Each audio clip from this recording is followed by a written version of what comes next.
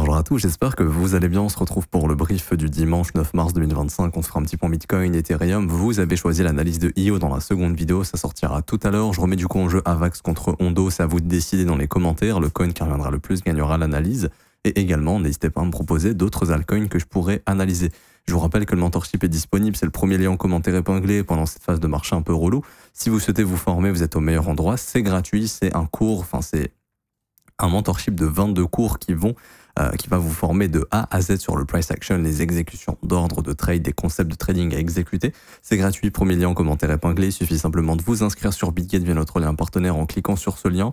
Vous remplissez juste email, mot de passe, créer un compte, vous validez votre KYC et ensuite vous faites un trade d'une valeur d'au moins $100 sur la plateforme et ça vous rendra éligible au mentorship. Une fois que tout ça c'est fait, vous cliquez sur ce lien, la meilleure formation de trading crypto. Vous cliquez sur obtenir gratuitement, vous renseignez email identifiant BitGet, vous cliquez sur recevoir gratuitement, instantanément vous recevez la première formation qui est la formation gratuite Assure ton bull market comme un pro qui va vous apprendre plein de choses et quelques heures plus tard, jusqu'à 24 heures après, vous recevrez le mentorship également. Alors aujourd'hui, on va pas faire trop un point technique sur Bitcoin honnêtement. Je vais vous expliquer quelques petits trucs. On va parler du code et je pense que vous l'aurez vu dans le titre, si je l'ai mis, je sais pas quel titre j'aurais mis, mais on va parler un petit peu de l'exposition des institutions sur Bitcoin. Ok. Mais juste avant, on refait un petit point technique rapidement. Alors le Bitcoin ici qui pour l'instant est toujours dans un flux qui est baissier. En horaire on peut voir qu'on a une petite contraction ici. C'est-à-dire que le marché va reprendre une direction assez importante au cours des prochaines heures. Ok. Et ce qu'il faudra surveiller c'est est-ce que c'est une direction franche. Alors selon le flux ça devrait être une direction baissière mais la question c'est est-ce qu'on va partir immédiatement à la baisse ou est-ce qu'on aura un short squeeze qui sera un piège avant d'aller plus bas. Consolidation, manipulation, expansion. Comment on sait qu'on a une contraction? Bon, ça se voit sur le prix. On a un indicateur. D'ailleurs, tous nos indicateurs, vous pouvez les retrouver par les premiers liens en commentaire épinglé. Nos indicateurs TradingView, les bougies bleues, les fair value gap, etc., etc. Donc, notre indicateur ici montre qu'on a une compression. Ok, on a une contraction et qu'on va bientôt avoir résolution. Et quand on aura la résolution ici, ça va nous donner la direction du prix. Et ça arrive justement que alors, ce qu'il faut observer quand il y a une résolution, c'est comment se comporte le prix. Par exemple, ici, si le prix fait ça et d'un coup, il y a un mouvement fort, ça pourrait indiquer que c'était un piège, juste une prise de liquidité et peut-être un mouvement de contre-pied haussier. Si le marché fait ça, qu'il n'y a pas d'intégration, c'est que c'est donc une résolution baissière. Par contre, si le marché, pareil, fait ça et réintègre, là, il y a vraiment la continuation baissière. Et là, ça peut être un bon setup de short pour aller chercher ce lot et éventuellement ce lot ici à 81 100 $. Moi, je serais plutôt friand de ça ou de ça. Je pense que la direction est baissière, malheureusement. Qu'est-ce qui me fait dire qu'on peut avoir un petit piège haussier avant de continuer le mouvement baissier? D'une part, on est en week-end et ce serait intéressant de retourner un petit peu dans le prix de vendredi, mais également parce qu'on a un fair value gap baissier en daily qui s'est formé juste là. Et donc ça m'invite à penser que on peut refaire un petit coucou, donc prendre le sommet de samedi. Donc le sommet de samedi qui est à 86 900 $, c'est lui.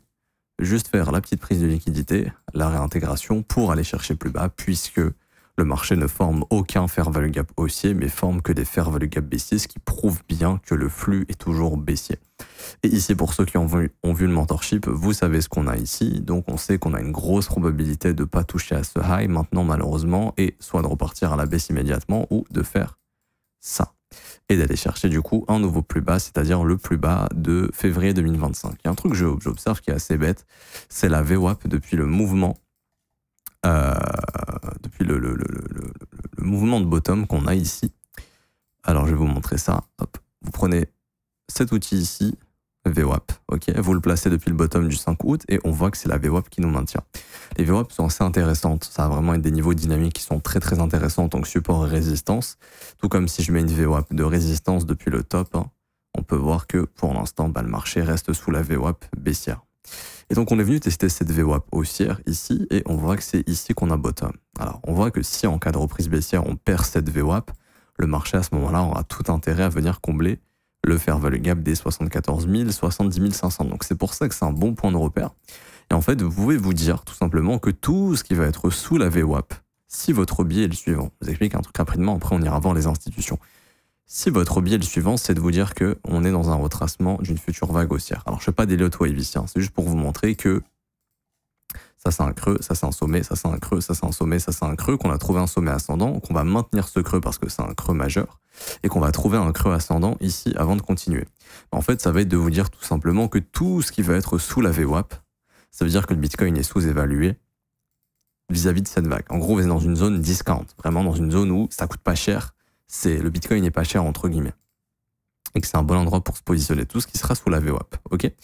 Si vous êtes dans une optique de vous dire c'est le bear market, c'est fini, à ce moment-là, vous allez prendre la VWAP du bottom FTX. Et donc à ce moment-là, la VWAP du bottom, elle est en pleine zone de rechargement à 44 000, et ça sera une zone où vous allez commencer à acheter long terme, et tout ce qui sera en dessous, vous allez vous dire ok, c'est très sous-évalué, je vais plus haut. Exemple, si je vous montre la VWAP Covid ici, on voit qu'une fois qu'on est passé sous la VWAP, ça a été un Bitcoin sous-évalué, c'est un bon moment pour acheter sur le spot. Mais ça, c'est si on entre en bear market, ok. Si on est toujours en bull market, l'idée c'est de se dire que, voilà, on faudra observer cette VWAP ici, et tout ce qui va être sous cette VWAP, ça sera un Bitcoin sous-évalué, un bon prix pour acheter. Si on spécule du fait que ce dernier creux qu'on a là va être maintenu pour aller nous ramener plus haut. Au cours des prochains mois, ce ne sera pas dans 2 semaines, ça sera au cours des prochains mois. Enfin bref. Et du coup, ici, pour ceux qui ont vu le mentorship, vous avez Reversal Candle, vous avez Fair Value Gap, donc on sait que ça c'est un sommet qui risque d'être intact pour malheureusement aller nous chercher un peu plus bas.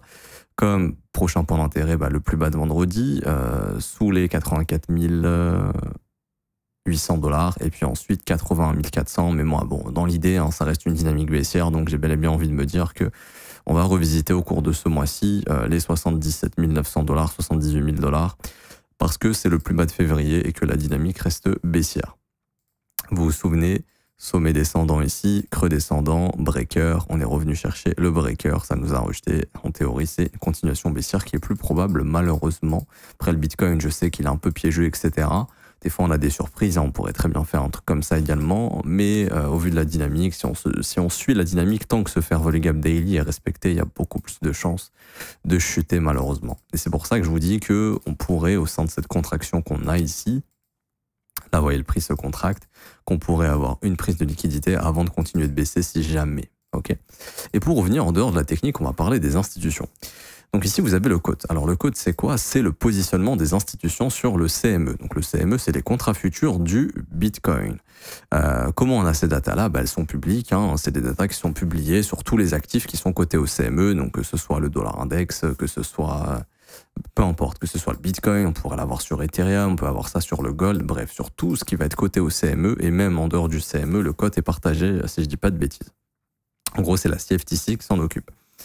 Et c'est un rapport qu'on a, ça dépend des actifs. Bitcoin, des fois, il y a des rapports hebdomadaires, des fois, il y a des décalages dans la data, mais voilà, bref. Et en gros, je vous explique assez rapidement. Ici, vous avez la courbe des larges spéculateurs. J'ai mis que les institutions. Ok, j'ai pas mis les small spéculateurs, donc ceux qu'on va considérer comme retail, et encore, c'est pas forcément des retails s'ils vont trader sur le CME, mais on se base vraiment sur les gros portefeuilles ici. Du coup, je retire les small. Et pour vous donner une idée, vous avez le seuil médian ici. Vous avez la médiane. Quand on est à 0, ça veut dire qu'il y a un désintérêt dans le marché crypto, enfin en tout cas sur le Bitcoin. Plus on s'écarte de 0, plus il y a un intérêt qui est fort, plus il y a un biais. Il y a un biais qui est donné de la part des institutions. Donc par exemple, je sais pas, mais ici, là, en novembre 2018, par exemple, là, il y avait un biais plutôt neutre avant la chute. Ok. Et ensuite, comment les institutions se servent du CME? Alors moi, c'est assez simple. Plus les institutions short, plus c'est-à-dire qu'elles sont bullish. C'est-à-dire, mais le mec, il est complètement con. Vous allez comprendre. Les institutions, de mon point de vue, s'exposent sur d'autres contrats ou sur le marché spot. Et donc, elles vont couvrir leur exposition sur les contrats dérivés. C'est la base. Les institutions, elles peuvent pas, comment dirais-je? Imaginons, vous avez 100 000 bitcoins à l'achat. Vous êtes une institution. Vous pouvez pas déboucler une position de 100 000 bitcoins si besoin. Alors, vous allez vous servir des contrats dérivés pour vous hedger, c'est-à-dire ouvrir une position short qui va couvrir votre spot, et vous allez manager sur les contrats dérivés, vous allez clôturer votre short, l'augmenter, etc. pour jouer votre exposition sur le spot, parce que le marché spot, il n'est pas assez liquide quand tu as un gros poisson pour exécuter des ordres aussi forts. Imaginons, il y a une chute, il y a une récession, il y a un black swan. Les mecs doivent vendre. S'ils n'ont pas d'exposition future, ils sont morts.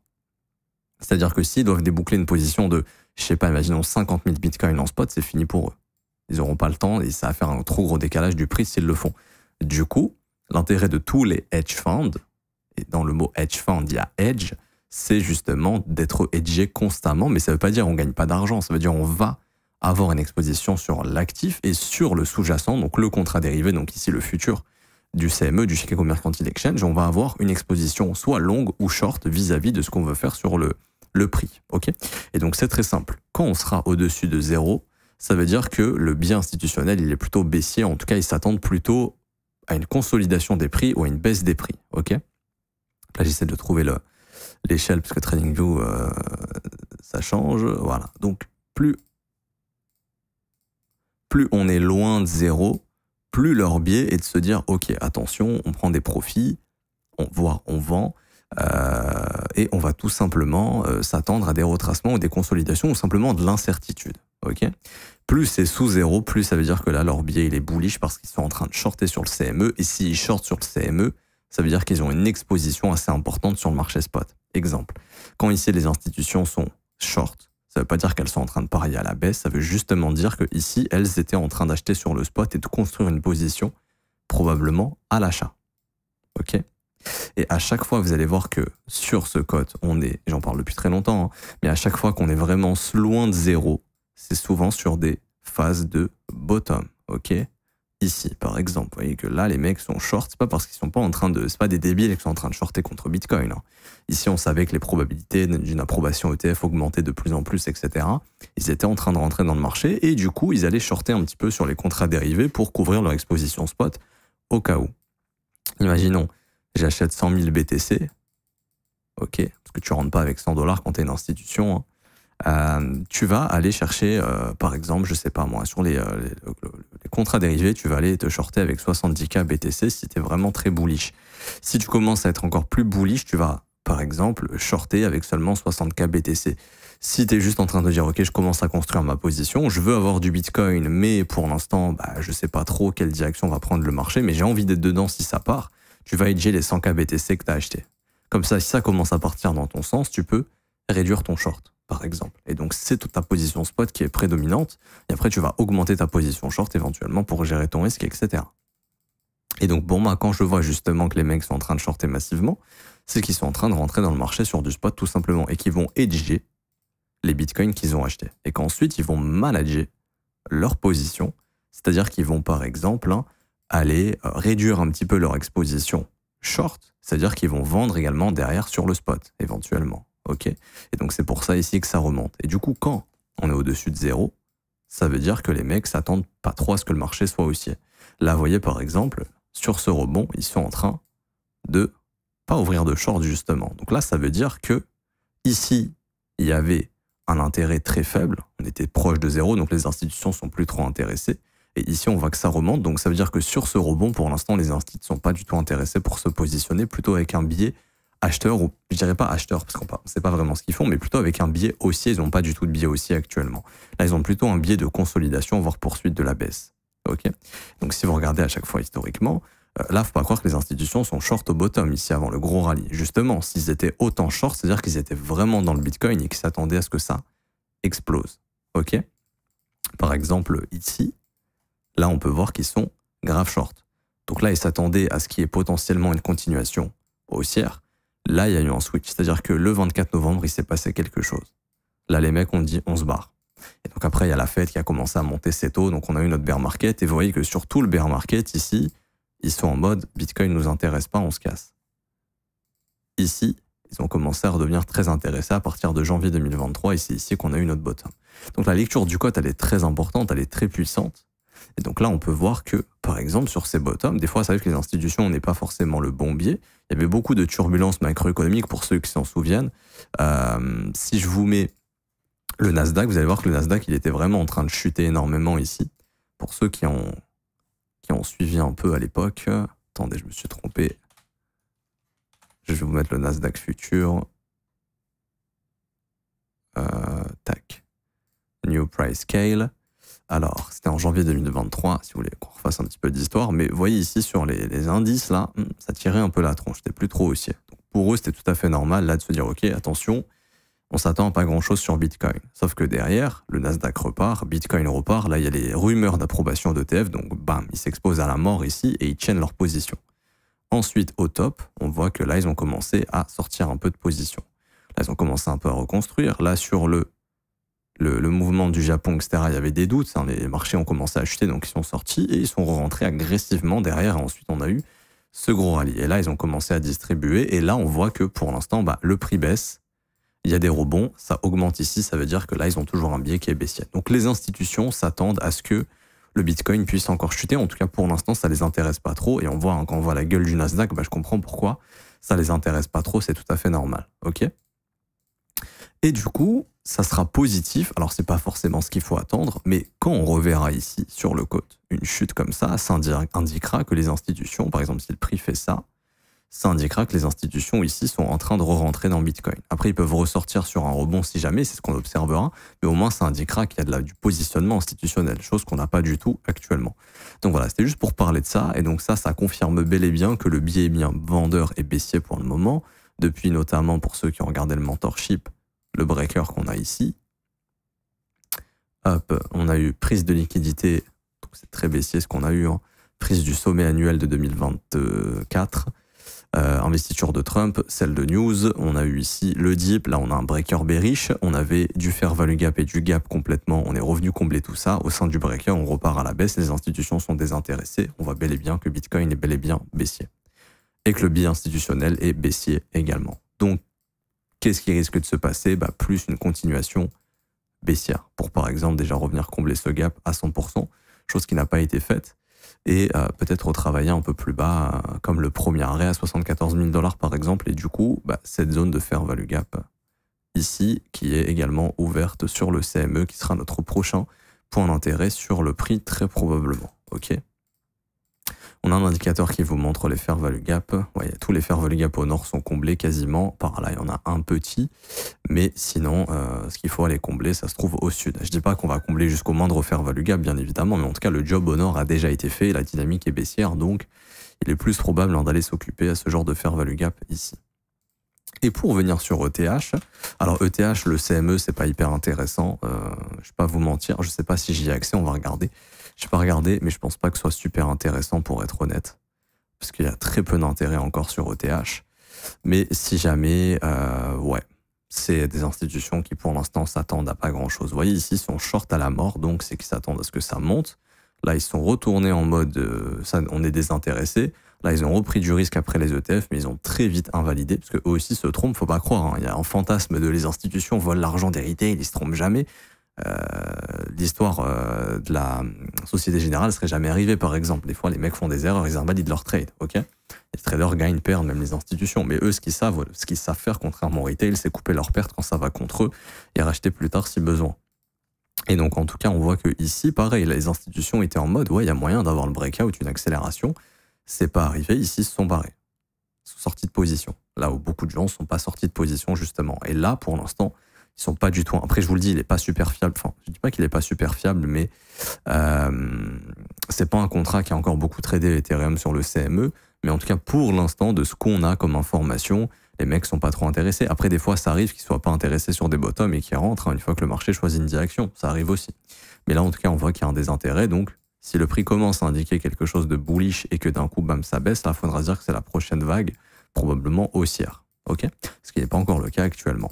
Et du coup, pour revenir techniquement sur ETH, il se passe rien du tout. Il se passe rien du tout. Le marché consolide dans la bougie de vendredi. Donc, on a notre bougie de vendredi ici. On voit qu'on est close, enfin qu'on est à l'intérieur, et ce serait intéressant d'avoir le squeeze d'une de ces deux bornes. Donc, pourquoi pas. Attendez, je vais vous dessiner ça. Vous savez quoi, ce sera beaucoup plus simple, sans me prendre la tête. Je vais vous identifier le range de vendredi. Et ça va être notre trading range tout simplement. Il faudra attendre soit la résolution d'une des deux bornes, soit tout simplement une prise de liquidité avant la vraie direction. Mais là, voyons, on trade dans la bougie de vendredi, donc il y aura probablement... Alors, soit on maintient la dynamique, et donc pour moi, la direction est baissière, je vous le dis honnêtement. J'ai pas de signal de force ici, malheureusement, sur ETH. Peut-être que ça viendra plus tard, à ce moment-là, mon biais changera, mais pour l'instant, c'est pas le cas. Donc ceux qui ont vu le mentorship savent pourquoi le biais est baissier. Pour le moment, malgré le tag d'un pied important, le marché ne réagit pas pour l'instant. Ça pourra peut-être venir après, donc le biais devra changer assez rapidement si c'est le cas, mais pour l'instant c'est pas le cas. Donc 2 scénarios possibles pour moi.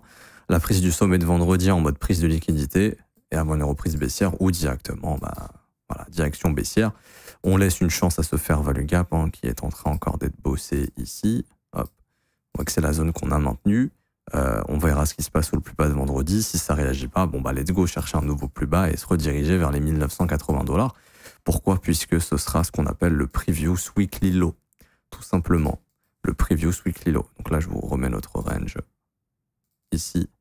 Et donc ça, c'est une sell side liquidity et c'est le previous weekly low et ça sera le point d'intérêt majeur à aller chercher sur ETH, donc revenir sous les 1979 $ et prochain point d'intérêt majeur en daily dans nos 2 fair value gap mensuels pour ceux qui s'en souviennent, les 1903 $. Donc on dirait bien qu'on est parti vers cette zone. Donc là, ETH pourrait alors soit faire un petit rebond de 4% histoire de squeeze un peu, mais vis-à-vis des prix actuels en moyenne, continuer de baisser d'environ 13%.